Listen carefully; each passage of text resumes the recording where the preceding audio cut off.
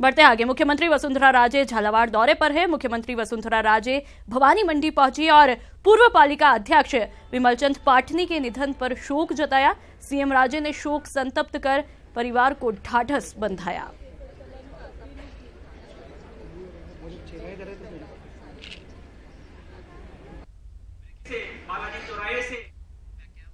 और इस वक्त की अहम खबर, उपचुनाव को लेकर बैठकों का दौर जारी है। जयपुर कलेक्ट्रेट में बैठक होगी। ईवीएम वीवीपैट के प्रयोग की जानकारी इस बैठक में दी जाएगी। मतदाता सूची के अंतिम प्रकाशन की जानकारियां दी जाएगी। साथ ही आपको बता दें, दोपहर 1 बजे ये बैठक होनी है। उपचुनाव को लेकर बैठक की जाएगी और ये बैठक दोपहर 1 बजे होगी।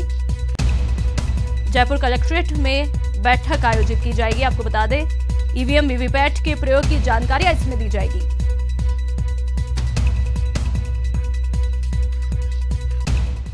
मुंबई के कमला मिल कंपाउंड हादसे के बाद एक्शन में बीएमसी है। आपको बता दें, कमला मिल कंपाउंड में तोड़फोड़ की गई उसके बाद में और अवैध निर्माण पर कार्रवाई भी की गई।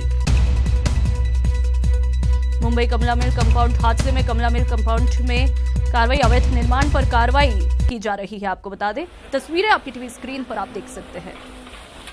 अब इस हादसे के बाद पूरी तरीके से एक्शन में बीएमसी है और तस्वीरों के जरिए आप देख सकते हैं कि किस तरीके से अवैध निर्माणों पर पीला पंजा यहां पर चलता हुआ दिखाई दे रहा है।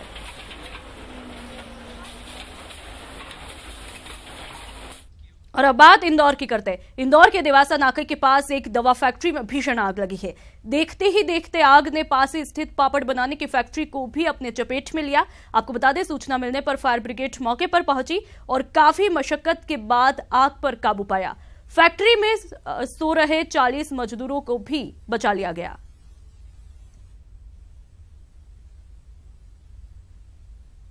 खबर इंदौर से, जहां पर एक दवा फैक्ट्री में आग लगी है और इस आग ने इतना विकराल रूप धारण कर लिया। लेकिन सकारात्मक खबर यह रही कि इसमें मजदूरों, फैक्ट्री में सो रहे मजदूरों को यहां पर बचा लिया गया। और अब बात उदयपुर की करते हैं। उदयपुर में यूआईटी ने आज बड़ी कार्रवाई करते हुए कुम्हारों के भट्टे पर बेशकीमती जमीन को अतिक्रमण मुक्त करवाया। करीब 1.5 बीघा जमीन पर आज यूआईटी का बुलडोजर चला। 50 से ज्यादा होमगार्ड और आधा दर्जन जेसीबी लेकर कार्रवाई करने यूआईटी के अधिकारियों ने पक्के भवनों को ध्वस्त किया। दरअसल इस जमीन को सन 1957 में ही सरकार ने कब्जाधारियों को मुआवजा देकर इस जमीन को अपने अंडर कर लिया था। लेकिन उसके बावजूद यहां ईंटों के भट्टे, रेस्टोरेंट, वाइन शॉप और कई अस्थायी अतिक्रमण भी व्याप्त थे। मौके का जायजा लिया हमारे संवाददाता कपिल श्रीमाली ने। एक बार फिर एक बड़ी कार्रवाई को अंजाम दिया और हम इस समय कुम्हारों का भट्टा इलाके में मौजूद है और आप यहाँ देखिए कि यूआईटी की टीम एक बड़ी कार्रवाई यहाँ पर अंजाम दे रही है। करीब आधा दर्जन से ज़्यादा जेसीबी के मार्फत यहाँ पर अतिक्रमण तोड़ने की कार्रवाई की जा रही है। ये जो पूरी जगह थी, ये 1957 में पूरी जगह को यूआईटी ने एक्वायर कर लिया था और यहाँ पर जितने भी लोग यहाँ पर थे उनको नोटिस देकर यहाँ पर नोटिस देने के बाद में उनसे उन्हें जो पेमेंट करना था वो भी कर लिया था। लेकिन उसके बावजूद अतिक्रमण को नहीं हटाया गया। लोग यहाँ पर काबिज थे और उसके बाद और भी कुछ अतिक्रमण यहाँ पर हुए थे और उसके बाद में आज यूआईटी सेक्रेटरी रामनिवास मेहता की टीम ने एक बड़ी कार्रवाई को अंजाम देते हुए पूरी जो ज़मीन है इसको अतिक्रमण मुक्त कराने की यहाँ पर कवायद शुरू कर दी। आज सुबह से ये पूरी जो कार्रवाई है शुरू हुई है। यूआईटी के अधिकारी भी हमारे साथ में हैं। कितनी ज़मीन थी ये पूरी? ये करीबन 1.5 बीघा ऊपर ज़मीन है, जो हमारी अवाबशुदा ज़मीन है जिस पे अतिक्रमण था। मैंने उनको नोटिस देके विधिवत सुनवाई करके आदेश किया विध्वंस करने का और आज कब्जा ले रहे हैं। विधिवत समय भी दे दिया इनको। क्या क्या अभी यहाँ पे काबिज था, क्या क्या यहाँ पे कब्जे थे?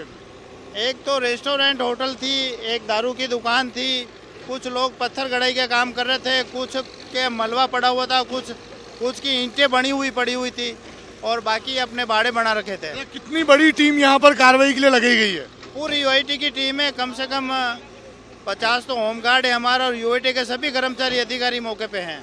कैमरा पर्सन जमाल खान के साथ कपिल श्रीमाली, ईटीवी न्यूज, उदयपुर। प्रदेश में इन दिनों पर्यटन सीजन परवान पर है। न्यू ईयर सेलिब्रेशन के लिए देश और दुनिया से सैलानी प्रदेश के पर्यटक स्थलों पर पहुंच रहे हैं। राजधानी जयपुर में सभी होटल सैलानियों से फुल है। हालात ये है कि पर्यटकों की आवक को देखते हुए होटल्स, टैक्सी और एयरलाइंस ने किराए में 2 से 3 गुना तक इजाफा कर दिया।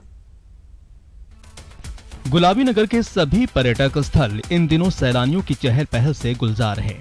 यहाँ नए साल का स्वागत करने देश और दुनिया से हजारों पर्यटक आ रहे हैं। आलम यह है कि राजधानी के होटलों में कमरे के लिए 2 से 3 गुना ज्यादा कीमत चुकानी पड़ रही है। 12 महीने का होटल चलानी होती है, एक ये सीजन का टाइम होता है जो सबसे पीक टाइम होता है। इसके अंदर जरूर हम 20%, कोई 40%, कोई 50%, कोई 100% रेटें बढ़ा देता है।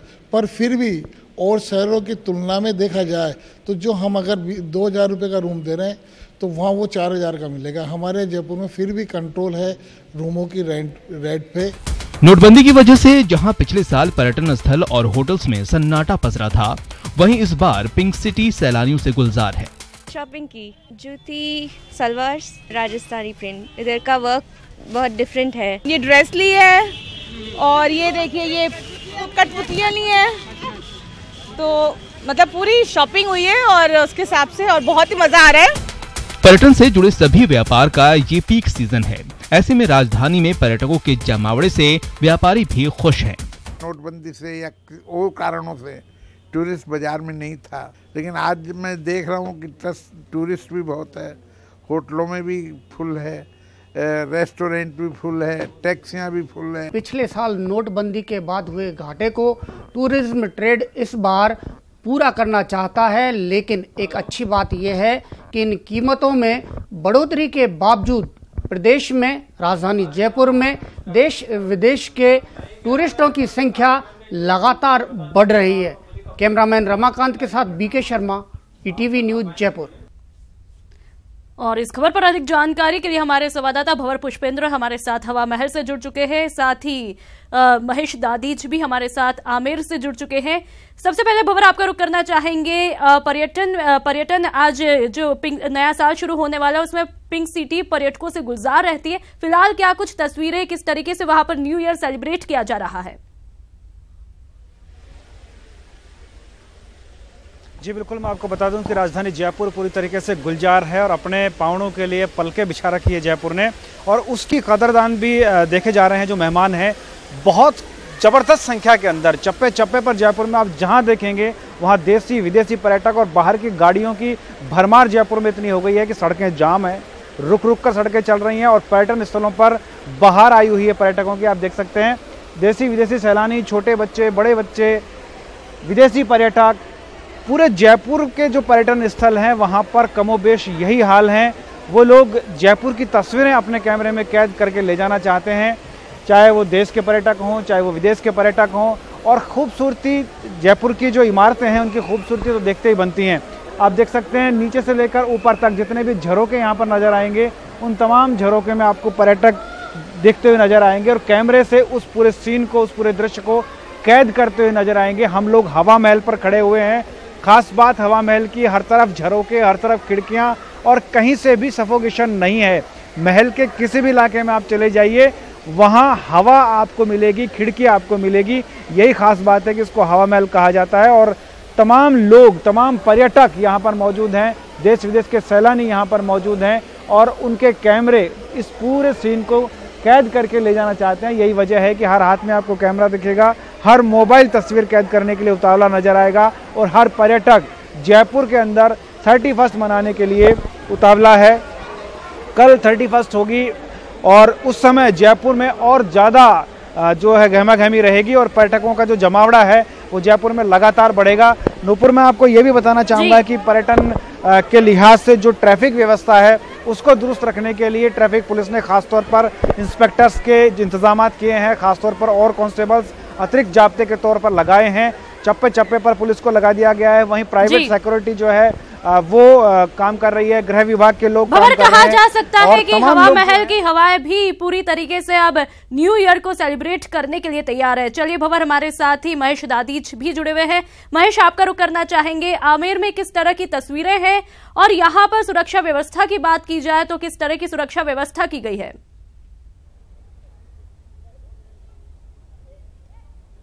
देखिए बिल्कुल नूपुर, मैं बताना चाहूँगा कि राजधानी इस समय पूरे पर्यटन से गुलजार है, पर्यटकों से गुलजार है। और अभी इस समय मैं आमिर महल हूँ, जहाँ पर कि इन दिनों औसतन यहाँ पर 15,000 पर्यटक रोज़ाना पहुँचते इस महल को निहारने के लिए, इस महल की खूबसूरत कहानियों को जानने के लिए और इस महल को विज़िट करने के लिए। साथ ही यहाँ पर जो माता का मंदिर है वहाँ पर दर्शक श्रद्धालु हैं वो भी यहाँ पर पहुँचते हैं। देसी विदेशी पर्यटकों की इस समय यहाँ पर खासी तादाद देखने को मिल रही है। आप तस्वीरों के जरिए देख पा रहे हैं कि किस तरह से यहाँ पर जो पर्यटक हैं वो विभिन्न देशों से, साथ ही विभिन्न राज्यों से यहाँ पर पहुँच रहे हैं। और इस समय जबकि क्रिसमस से लेकर न्यू ईयर सेलिब्रेशन तक का समय है, वो यहाँ पर अपना छुट्टियों का जो समय है वो यहाँ पर सेलिब्रेट कर रहे हैं अपने परिवारजनों के साथ में। हमारे साथ में टूरिस्ट गाइड महेश शर्मा है, हम उनसे जानेंगे कि किस तरह की इस बार सीजन चल रही है और इस बार खासी तादाद देखने को मिली है पर्यटकों की। क्या वजह मानते हैं और किस तरह से आप उन्हें गाइड कर रहे हैं? देखिए, सबसे पहले तो जो सीज़न अभी जो चल रहा है उसका सबसे बड़ा कारण ये है कि हमारी जो गवर्नमेंट है वो पर्सनली डायरेक्ट टूरिस्ट के लिए जो है बहुत अच्छा काम कर रहे हैं। एंड दूसरी बात यह है कि टूरिस्ट भी अभी काफ़ी जो है लगाव, क्योंकि सबसे पहले क्रिसमस आया, फिर उसके बाद में जो है अब ये न्यू ईयर सेलिब्रेशन है, तो एक साथ सारा जो है वो टूरिस्ट और डोमेस्टिक टूरिस्ट हमेशा ज़्यादा रहता है यहाँ पे। और 21 से लेकर के अगर 5 जनवरी तक की हम लोग बात करें तो हमेशा एक क्राउड रहता है। बट इस बार जो है बहुत ज़्यादा क्राउड देखने को मिल रहा है। थोड़ी सी असुविधा हुई है पर्यटकों को ट्रैफिक जैम की, क्योंकि काफ़ी दिक्कतें यहाँ पर देखने को मिली है, पार्किंग में भी काफ़ी परेशानी देखने को मिली, तो ऐसे में थोड़ी सी असुविधा का सामना तो करना पड़ता है। देखिए, मैं छोटी सी बात बताना चाहूँगा कि जहाँ कैपेसिटी अगर 5,000 की और 10,000 रहेंगे तो ऑफकोर्स थोड़ा सा तो एडजस्ट हमें करना ही पड़ेगा। बट फिर भी प्रशासन ने अपनी तरफ से बहुत अच्छी व्यवस्था की हुई है। 1 वे फैसिलिटी जो है वो यहाँ अपनी तरफ से दी गई है ताकि टूरिस्ट आए और ईजिली जा सके। यहाँ चूँकि अभी रिसेंटली कार्ड शुरू की गई है तो टूरिस्ट वहाँ से भी आ रहे हैं। हाँ, ये है कि थोड़ी सी असुविधा होती है बट टूरिस्ट उसको भी एडजस्ट कर लेता है, बिकॉज अगर कुछ पाना है। जी महेश, कहा जा सकता है पूरी तरह की तैयारियां पिंक सिटी में कर ली गई है न्यू ईयर को सेलिब्रेट करने के लिए। चलिए महेश और भंवर, तमाम जानकारियों के लिए बहुत बहुत शुक्रिया।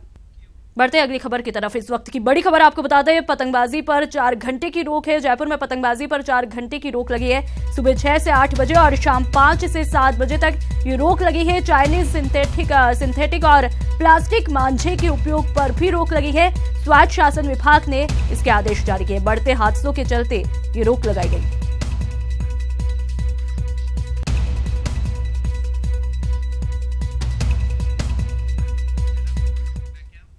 और इस वक्त की अहम खबर आपको बता दें, बिजली कर्मियों के लिए खुशखबरी है। 7वें वेतन आयोग को अब मंजूरी मिली है। वित्त विभाग से हरी झंडी मिल गई। ऊर्जा विभाग में फाइल पहुंची और 6 बिजली कंपनियां सोमवार को आदेश जारी करेंगी। 45,000 कर्मचारियों को इसका फायदा होगा।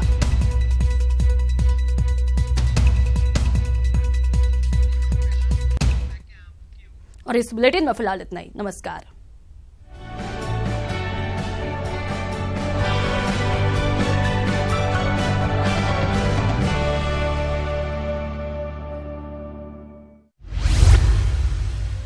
स्वच्छ भारत अभियान जो चल रहा है, लोगों में जागरूकता फैल रही है। लोग स्वच्छता के प्रति जागरूक हो रहे हैं। जगह जगह हम जयपुर घूमे आज, और जयपुर में भी हमने देखा कि जगह जगह कूड़ेदान लगे हुए हैं और लोग स्वच्छता के लिए जागरूक हो रहे हैं। छोटे छोटे बच्चों में वो जागरूकता फैल रही है। दूसरी योजना में बात करूँगा उज्ज्वला योजना की, जो घर घर में रोशनी फैलाने की और गाँव गाँव ढाणी ढाणी तक रोशनी फैलाने की, घरों में बिजली पहुँचाने की योजना चल रही है। वो ये योजनाएँ जो हैं वो जनमानस तक पहुँचने की कार्यक्रम जो प्रधानमंत्री नरेंद्र मोदी के द्वारा किया जा रहा है, और ये बड़े सराहनीय कार्य है। इसके अलावा मैं बात करना चाहूँगा जनधन योजना की। जनधन योजना में करोड़ों खाते खोले गए और ये खाते डायरेक्ट बेनिफिट ट्रांसफ़र, जिसको हम सब्सिडी ट्रांसफ़र बोलते हैं बेसिकली, तो उनके जो गरीब लोग हैं, गरीब तबके के लोग हैं, उनकी जो सब्सिडियाँ हैं वो डायरेक्ट उनके खाते में आ रही हैं। बीच में किसी प्रकार का कोई भी उनको भ्रष्टाचार या करप्शन होना संभव नहीं रह गया है।